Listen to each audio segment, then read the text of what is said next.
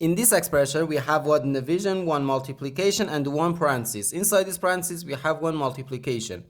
Here we have a multiplication because in mathematics, when a number is placed next to parentheses, it means multiplication.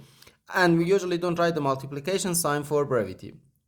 Okay, according to the order of operations, first we have to do parentheses, then exponents, then multiplication or division, and finally addition or subtraction. Remember that multiplication and division have equal priority and we have to work from left to right.